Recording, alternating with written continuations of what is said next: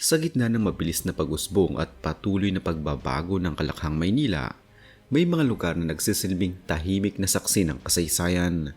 Mga estrukturang minsang naging sentro ng buhay panlipunan, pangarap at mga ambisyon ng isang henerasyon. Isa sa mga lugar na ito ay ang Ali Mall sa Cubao, Quezon City. Para sa ilan, isa na lamang itong lumang pamilihan na nalampasan ng panahon.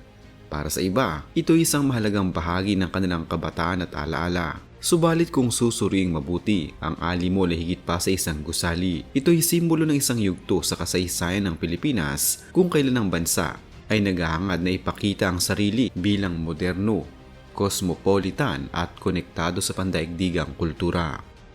Ang Ali Mall ay nagbukas noong 1976 sa panahong ang Pilipinas ay nasa ilalim ng pamumuno ni dating Pangulong Ferdinand Marcos Sr. Ang dekadang ito ay panahon ng malalaking proyekto ng Estado at pribadong sektor kung saan nangingibabaw ang ideya ng kaayusan, disiplina at modernisasyon.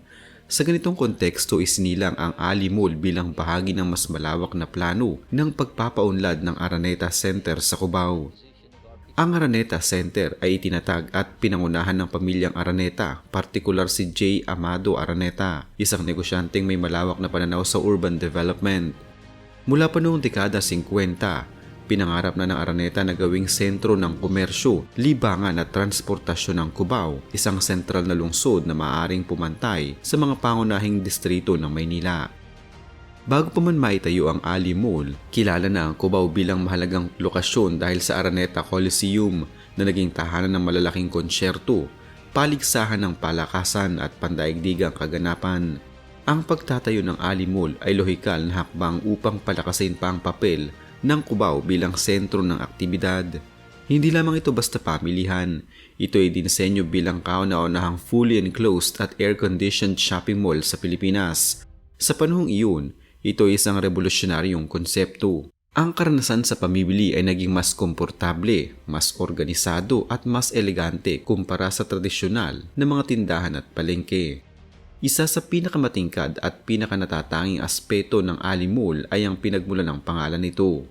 Ang pangalang Ali ay hango kay Muhammad Ali, ang alamat ng boxing na kinikilalang isa sa pinakadakilang atleta ng lahat ng panahon. Ang ugnayan ng Ali Mall kay Muhammad Ali ay nagugat sa makasaysayang laban na ginanap sa Araneta Coliseum noong 1 Oktubre 1975, ang Trilla in Manila. Ang laban na ito, ang ikatlo sa serye ng mga sagupaan ni Muhammad Ali at Joe Frazier, ay tinuturing na isa sa mga pinakamabagsik, pinakamapanganib at pinakamahalagang laban sa kasaysayan ng boxing. Hindi lamang ito pisikal na labanan kundi isang pagsubok ng tibay ng loob, determinasyon at pagkatao. Sa araw na iyon, ang mata ng buong mundo ay nakatuon sa Maynila. Ang init ng panahon, ang tensyon sa loob ng ring at ang antas ng karahasan ng laban ay naging alamat. Sa huli, nanaig si Muhammad Ali matapos umatras si Joe Frazier bago magsimula ang ika-15 round. Ang tagumpay na ito ay hindi lamang personal na panalo ni Muhammad Ali kundi isang sandaling nag-ukit sa pangalan ng Maynila sa pandaigdigang kasaysayan ng sports. Bilang pagkilala sa kahalagahan ng pangyayaring ito at bilang simbolo ng pandaigdigang koneksyon ng bansa, ipinangalan ng bagong mall bilang Ali Mall. Mahalagang maunawaan na ang pangalang Ali Mall ay mas malalim na kahulugan kaysa sa simpleng paggalang sa isang sikat na atleta. Si Muhammad Ali hindi lamang isang boksingero, siya ay simbolo ng tapang, paninindigan at pakikibaka laban sa diskriminasyon at kawalan ng katarungan. Ang kanyang pagtutol sa digmaan sa Vietnam at ang kanyang hayagang paninindigan sa karapatang pantao ay nagbigay sa kanyang pangalan ng bigat at kahulugan.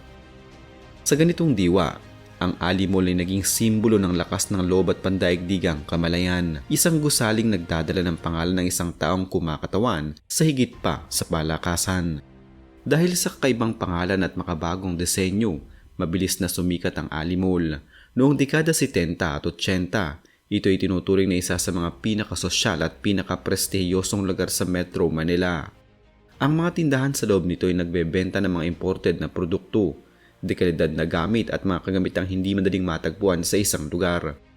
Ang mga sinihan nito ay kilala sa kanilang laki at kalidad at para sa maraming Pilipino, ang panonood ng sine sa Ali Mall ay isang espesyal na karanasan. Ang mall ay naging tagpuan ng mga magkakaibigan, pamilya at magkasintahan at bahagi ng ritual ng weekend at pista opisyal. Sa mas malawak na perspektibo, may malaking papel ang Ali Mall sa paghubog ng kulturang urbano sa Pilipinas. Dito nagsimulang maging normal ang ideya na ang mall ay hindi lamang lugar ng pamimili kundi sentro ng buhay panlipunan. Ang pagkain sa mga restaurant, ang paglalakad-lakad sa malamig na pasilyo at ang simpleng pagtingin sa mga display ng tindahan ay naging bahagi ng karanasan ng pagiging urbanong Pilipino. Ang Ali Mall sa ganitong paraan ay naging huwaran ng mga susunod na mall na itinayo sa iba't ibang bahagi ng bansa. Ngunit tulad ng maraming simbolo ng nakaraan, dumating din ang panahon ng pagsubok para sa Ali Mall. Pagsapit ng dekada 90, nagbago ang landscape ng retail sa Pilipinas. Nagsimulang magsulputan ng mas malalaking mall na may mga modernong disenyo, mas malawak na parking area at mas sari-saring atraksyon. Ang pag-usbong ng mga mall na pag-aari ng malalaking korporasyon ay nagpabago sa inaasahan ng mga mamimili. Ang Ali Mall na minsang itinuturing na pinakamoderno ay unti-unting napag-iwanan. Kasabay nito, nagbago rin ang kalagayan ng Cubao. Ang lugar na dati ay maayos at planado ay nakararanas ng pagsisikip, trapiko at pagdami ng mga informal na aktibidad. Ang mga problemang urban tulad ng polusyon at kakulangan sa espasyo ay nakaapekto sa imahe ng lugar. Para sa mas batang henerasyon, ang Ali Mall ay nagsimulang ituring na luma at hindi nakaakit-akit kumpara sa mas bagong mga destinasyon. Dagdag pa rito, ang pagbabago sa paraan ng pamimili ay nagdulot ng hamon. Ang pag-usbong ng online, shopping at digital na ekonomiya ay nagbawas sa pangailangan ng pisikal na pamimili para sa maraming produkto. Ang Ali Mall na itinayo sa panahong ang personal na karanasan ang sentro ng retail ay nahirapang makipagsabayan sa bilis ng teknolohikal na pagbabago. Maraming tindahan ang nagsara at ang dating masiglang pasilyo ay naging mas tahimik. Sa kabila ng lahat ng ito, ang Ali Mall ay hindi tuluyang nawala.